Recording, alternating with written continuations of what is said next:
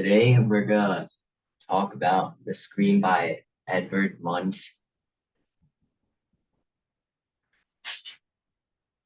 Um, First of all, what we initially noticed about the painting is that we saw that these two men in the background, they they didn't seem to be very significant, but seeing as there was nobody else in the portrait but these two men and the main figure of the man or woman screaming, we thought that maybe they were the thing that was causing them distress or symbolizing what was putting them in danger.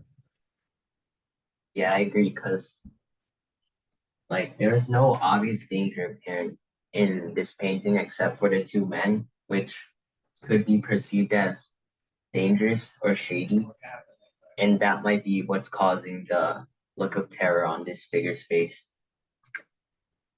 The background of this painting is very unique because, as you can see, there are many different shades of red and orange in the sky. This could either mean a sunset or sunrise because the sun isn't visible. There are also shades of blue that could represent a big ocean or a lake.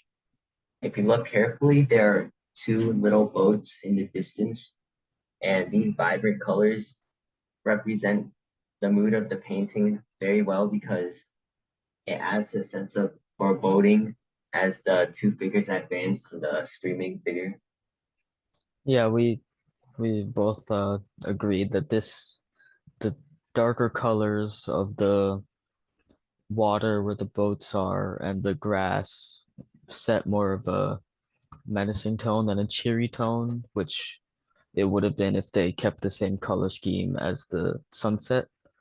Another thing that we noticed that had to do with color was the fact that the face of the screaming figure seemed to be green, which we thought was unusual for a human because normally they would be portrayed as, you know, normal skin color, but green is associated with more sick colors or something like disgust, as well as the choices for the figure to have ripped, tattered clothing rather than clean and proper. As we were observing the painting, we also noticed the techniques that were used. There were many curvy brushstrokes that gives the painting its distorted quality that has. The brushstrokes form different shapes, such as the water, which is circular shaped, like it creates shapes that aren't solid, they're more abstract shapes. Um, Edward Munch also mixed different colors together to make the painting have its more distorted feel.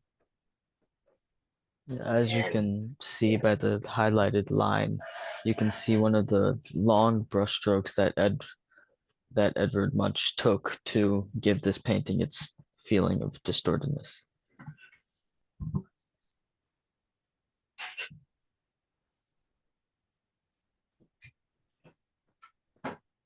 something Um, that stood out to us is that everything appears to be wavy and distorted because of one long brushstroke to paint it. The bridge is the only place where it's made of solid straight lines.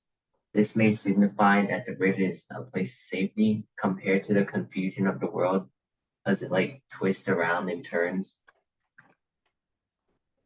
all in all, The Scream by Edvard Munch is a very unique painting in the artistic world.